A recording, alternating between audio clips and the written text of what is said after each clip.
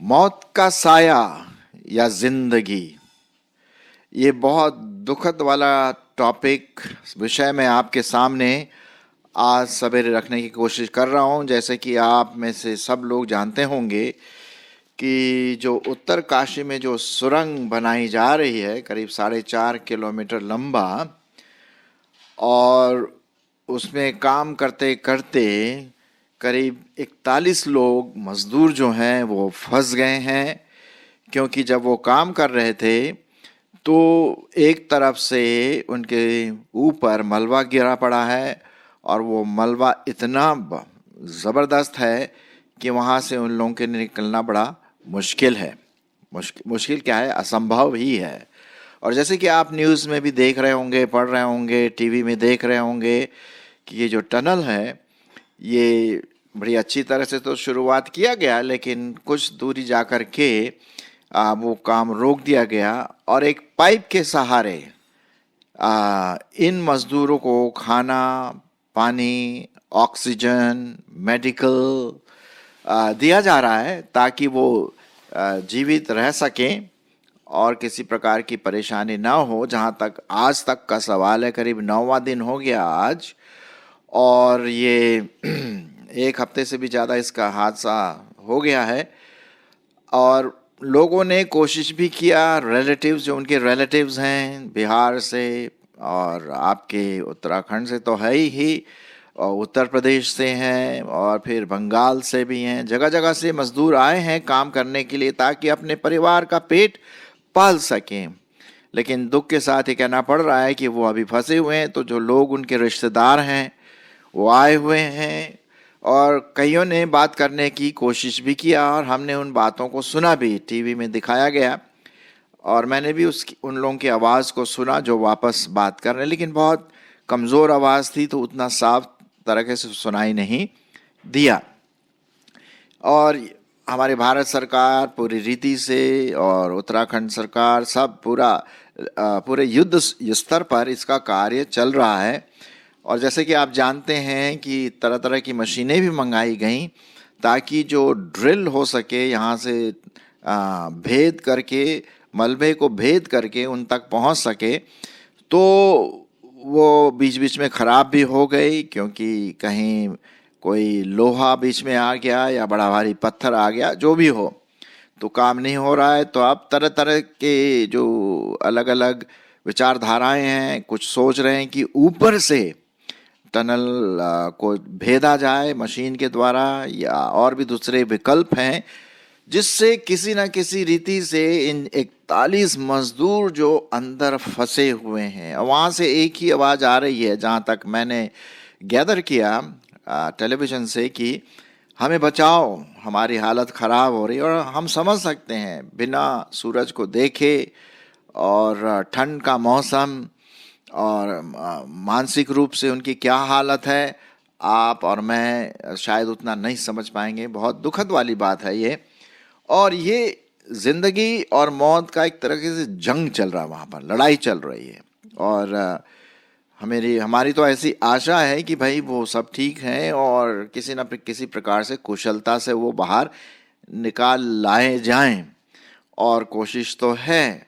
लेकिन अब देखें क्या आगे होता है।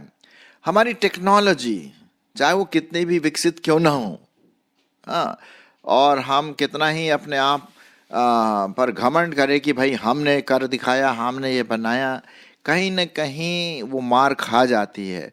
और हम देखते हैं कि कुछ शायद लापरवाही होगी, नहीं होगी, हमें नहीं पता, लेकिन ये ऊपर से मलबा आ गया और उसकी वजह से ये लोग जो 41 मजदूर है वो फंस गए हैं। और अब एक ही ध्येय है, एक ही उद्देश्य है कि किसी न किसी रीति से इनको बाहर निकाला जाए। अब कई लोग इसमें अलग अलग विचार दे रहे हैं, अरे ऐसा होना चाहिए था, वैसा होना चाहिए था, लापरवाह है, और ये है वो है। अभी उसका समय नहीं है ये बातचीत करने का। अभी हमारा ध्यान होना चाहिए कि भाई ये जो 41 बेचारे मजदूर फंसे हुए हैं मौत और ज़िंदगी के बीच में लड़ाई हो रही जिनकी, उनको कैसे निकाला जाए। बात की बात तो वो अलग है ना। जो भी हुआ दुख बहुत बुरा हुआ, और हम सब भारतवासी बल्कि बाहर के लोग भी आए हैं इसमें सहायता करने के लिए, ताकि इन मजदूरों को जल्दी से जल्दी इन मुसीबत से निकाल सके। और ऐसी आशा है कि वो ठीक ठाक होंगे। जहाँ तक रिपोर्ट्स जो हमें दिया जा रहा है, ऐसा बताया गया है कि वो अभी तक तो ठीक ठाक है, लेकिन कितने दिन तक चलेगा। और हमारी ऐसी आशा है कि वे जल्दी से जल्दी बाहर आएं। तो मेरा कहने का मतलब ये है मेरे प्रियो कि कभी कभी हमारे द्वारा कुछ मिस्टेक्स हो जाती हैं, कमज़ोरियां हैं। हम ठीक कुछ प्लान करते हैं, कुछ और होता है, और हम ठीक से कोई चीज़ ठीक से नहीं कर पाते, हमारा दिमाग गिव अप कर जाता है, और ये बड़े दुख की बात है। तो चलिए हम देखते हैं कि इस सुरंग में से हमारे जो 41 जीवन हैं जो अंदर फंसे हुए हैं, कितनी जल्दी बाहर आते हैं। ऐसी आशा है कि वो जल्दी से जल्दी बाहर आ जाएं। तो ये तो हुआ हमारे शारीरिक ज़िंदगी के बारे में कि हम सब जीना मांगते हैं, करेक्ट। अगर हम में कुछ खराबी है, बीमारी है, या कुछ रोग लगा है, कैंसर है, या किसी प्रकार का जो वायरस हमारे अंदर है, तो हम सीधा डॉक्टर के पास जाते हैं, अस्पताल जाते हैं, क्योंकि हम जीना मांगते हैं, है ना। We want to live. और अच्छी बात है, कौन नहीं चाहता। हमारे शरीर में अगर चोट पहुंचती है, एक्सीडेंट होता है, तो हम सीधा अस्पताल जाते हैं, और डॉक्टरों से हम यही बोलते हैं, डॉक्टर साहब पैसों की चिंता ना करें, बस जीवन बचा लें। क्योंकि जीवन जो है बहुत बहुत मूल्यवान है। ये परमेश्वर ने आपको और मुझको ये जीवन दिया है। लेकिन इसके साथ ही साथ मैं आपको ये भी बताना मांगता हूं कि इस सुरंग का जो हादसा हुआ है, कि जैसे कि ये जंग कर रहे हैं, जीवन और मौत के बीच में चल रहा है इनका, ठीक उसी प्रकार से आत्मिक जीवन भी बहुत इंपॉर्टेंट है।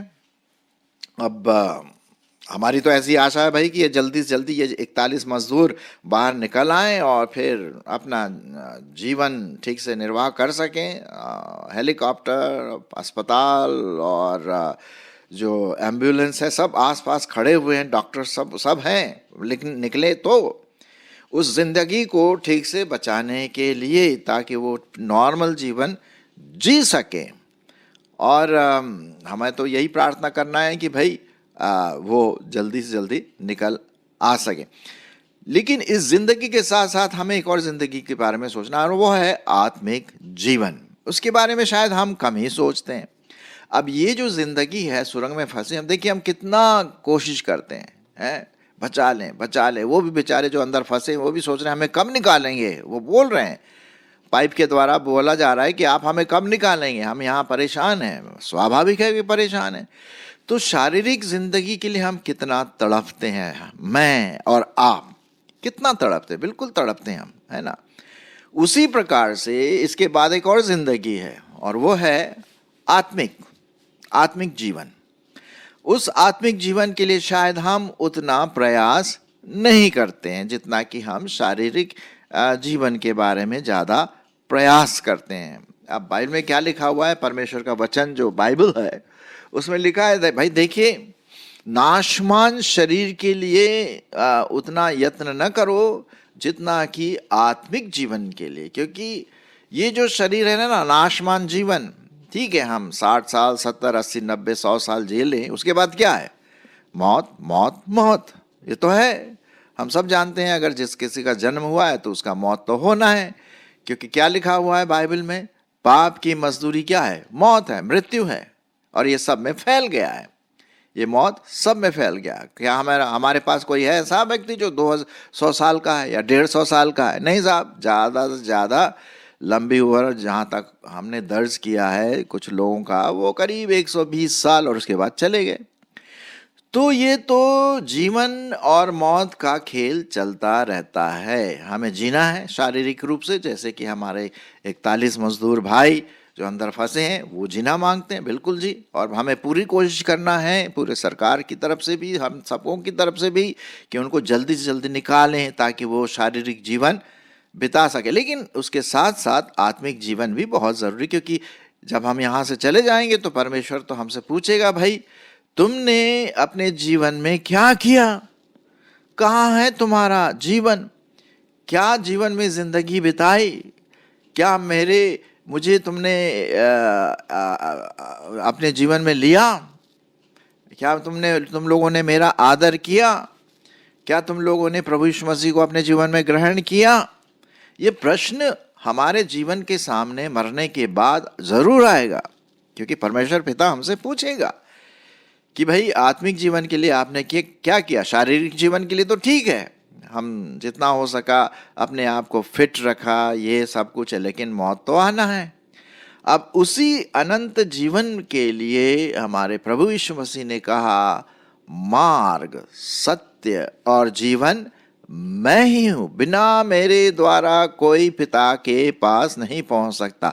अब जैसे कि आप जानते हैं, इस सुरंग में से इन 41 मजदूरों को निकालने के लिए कोई न कोई तो द्वार बनाना पड़ेगा, रास्ता बनाना पड़ेगा, चाहे इस सुरंग के इस तरफ से या दूसरी तरफ से या ऊपर से छेद करके एक रास्ता तो बनाना है, ताकि उस जो मूल्यवान जिंदगी 41 मजदूर जो फंसे हैं उनको निकालें। लेकिन रास्ता तो बनाएं, है ना। जब रास्ता बन जाएगा तब हम उनको निकाल सकेंगे। ठीक उसी प्रकार से आत्मिक जीवन के लिए भी एक रास्ता बहुत जरूरी है, एक मार्ग बहुत जरूरी है जिसमें से हमें गुजरना है। और वो मार्ग कौन है? वो मार्ग है हमारे प्रभु यीशु मसीह। मैं आपके लिए पढ़ देता हूँ यूहन्ना रचित सुसमाचार उसका 14 अध्याय और 6 पद। यूहन्ना रचित सुसमाचार उसका 14 अध्याय और 6 पद। यहाँ इस प्रकार से लिखा हुआ है, मैं आपके लिए पढ़ देता हूँ। यीशु ने उनसे कहा, मार्ग, सत्य और जीवन मैं ही हूँ, बिना मेरे द्वारा कोई पिता के पास नहीं पहुंच सकता। कहने का मतलब अनंत जीवन के लिए,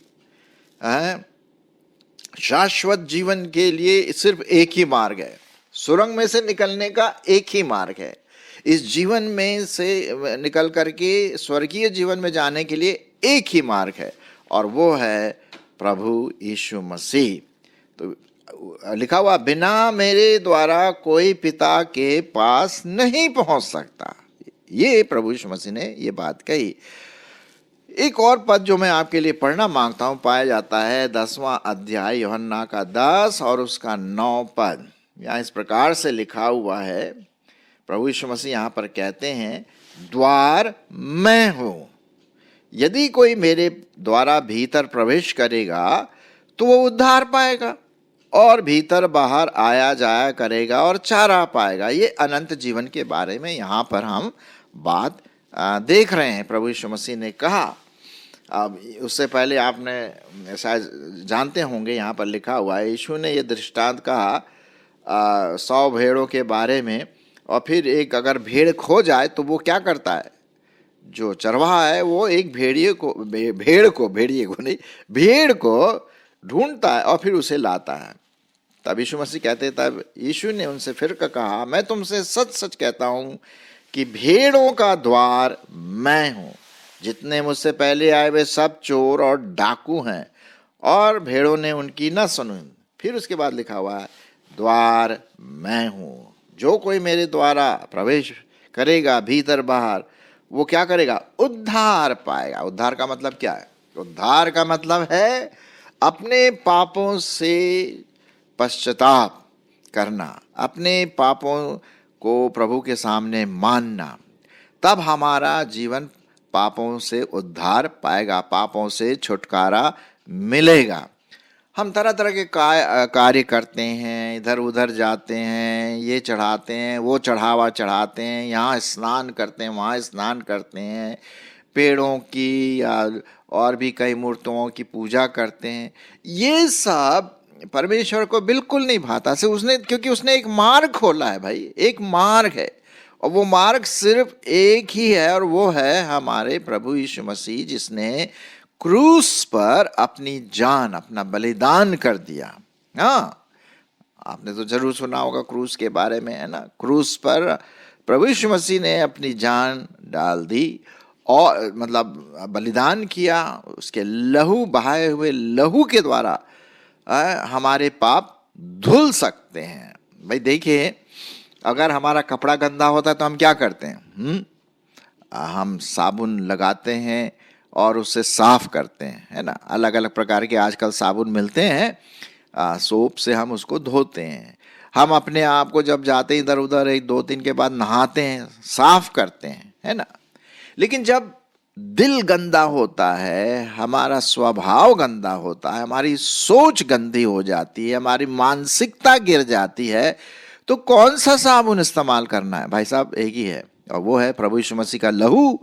क्योंकि बिना खून बहाए, बिना लहू बहाए पापों की क्षमा नहीं। और वही लहू प्रभु यीशु मसीह ने क्रूस पर अपने बलिदान करके दिया, और न सिर्फ बलिदान किया लेकिन तीसरे दिन मुर्दों में से जी उठा। और आज वो क्या है? जीवित परमेश्वर है। सो हम देखते हैं मेरे प्रियो, जिस प्रकार से इस टनल में से या इस सुरंग में से उन 41 मजदूरों को निकालने के लिए सिर्फ एक ही मार्ग है, एक ही द्वार है? अब वो उस द्वार की खोज कर रहे हैं, किस तरह से पाइप डाल रहे हैं अंदर, कोशिश कर रहे हैं, कुछ खराब हो गया, फिर ऊपर से अभी छेद करेंगे बड़े बड़े मशीनों के द्वारा या साइड से करेंगे। मतलब कोशिश में लगे हैं कि किसी न किसी रीति से उन मजदूरों तक पहुंच जाएं और उनको निकालना है। और ये जल्दी करना होगा भाई, ये भी है, टाइम रनिंग आउट हो रहा है, क्योंकि ज़्यादा दिन नहीं रह सकते वो नॉर्मल स्थिति में, है ना। लेकिन एक मार्ग है। तो ये तो हुआ हमारे शारीरिक जीवन के लिए, और मेरी ऐसी आशा है कि वो निकल आएंगे। लेकिन उससे भी बढ़कर के एक आत्मिक जीवन है, वो है हमारे प्रभु यीशु मसीह जो हमें वो जीवन देते हैं। और उसके लिए भी एक ही मार्ग है, जो जैसा अभी मैंने पढ़ा, मार्ग सत्य जीवन मैं हूं, बिना मेरे द्वारा कोई पिता के पास नहीं पहुंच सकता। तो ये बात हम यहाँ पर देखते हैं, द्वार मैं हूँ, है। जो कोई मुझे ग्रहण करता मेरे पास आता है, मैं उसको अंदर ले जाता हूँ, अनंत जीवन हमारा हो जाता, हमारे पाप क्षमा हो जाते। जब हम प्रभु यीशु मसीह से माफी मांगते हैं, अपने अपराधों को मानते हैं, पश्चाताप करते हैं अपने पापों से, और यीशु मसीह पर विश्वास करते हैं, तो अब हमारे पाप क्षमा होते हैं और हम हमेशा के लिए अनंत जीवन के भागी हो जाते हैं। एक बहुत अच्छा पद है, शायद आप जानते भी होंगे, लिखा हुआ है यूहन्ना 3:16, क्योंकि परमेश्वर ने जगत से ऐसा प्रेम किया कि उसने अपना एकलौता पुत्र दे दिया, ताकि जो कोई उस पर विश्वास करे वो नाश न हो परंतु अनंत जीवन पाए। तो ये तो हुआ एक जंग जो आत्मिक जीवन के लिए भी हो सकता है ना। और मेरी ऐसी आशा, आप में से कई लोग जो सुन रहे हैं, आप लोगों ने उद्धार पाया होगा ज़रूर से, और लेकिन आप उनको ज़रूर बताएं जिन्होंने अभी तक अपना जीवन प्रभु यीशु मसीह को नहीं दिया। जो आज मैंने आपको सामने रखा, आपके सामने ये बात रखी कि एक ही द्वार है, एक ही मार्ग है, और वो है प्रभु यीशु मसीह और उसका बहाया हुआ लहू जो हमारे पापों को दूर करता है। मेरे पापों को उसने दूर किया, हो सकता है आपने जब विश्वास किया तो आपके पापों को दूर किया, उद्धार पाया। तो हम वापस आते हैं अपने सुरंग वाली कहानी पर, कि जैसे कि मेरा जो आज का टाइटल है, जैसे कि आप पढ़ पा रहे हैं, वो ये है कि मौत का साया है या जिंदगी, उनको क्या मिलेगी। और हमारी ऐसी आशा है, ऐसा विश्वास है कि भाई हमारे 41 मजदूर सही सलामत रूप से जल्दी से जल्दी बाहर आएं और अपने परिजनों से मिलें और स्वस्थ हो जाएं। यही तो दुआ है और यही प्रार्थना है और यही आशा है। लेकिन उससे भी ज़्यादा, इससे भी ज़्यादा वे और हमारे सब लोग शाश्वत जीवन, आत्मिक जीवन, अनंत जीवन के बारे में भी विचार पूरी रीति से कर सकें, है ना। तो आइए हम ये जो जंग चल रही है जीवन और मौत का, उसके बारे में हम सोचें। लेकिन उससे भी ज़्यादा आत्मिक जीवन में प्रवेश करने के लिए क्या हम तैयार हैं, जो अनंत काल का, ये 60 साल का नहीं, 70 साल का नहीं, 100 साल का नहीं, 1000 साल का नहीं, मतलब अनंत, जिसका कोई अंत नहीं है, हम उसके बारे में भी सोचें। तो एक प्रकार का इलिस्ट्रेशन है हमारे सामने, एग्जाम्पल है कि जीवन कितना मूल्यवान है। जब शारीरिक जीवन जो हमारे 41 मजदूर जो फंसे हुए कितना मूल्यवान है, तो अनंत जीवन में जाना वो भी कितना मूल्यवान होगा, ये तो आप खुद ही इसके बारे में सोच सकते हैं। आशा है कि हमारे 41 मजदूर निकलेंगे और उसके साथ साथ अनंत जीवन का अनुभव भी कर सकेंगे।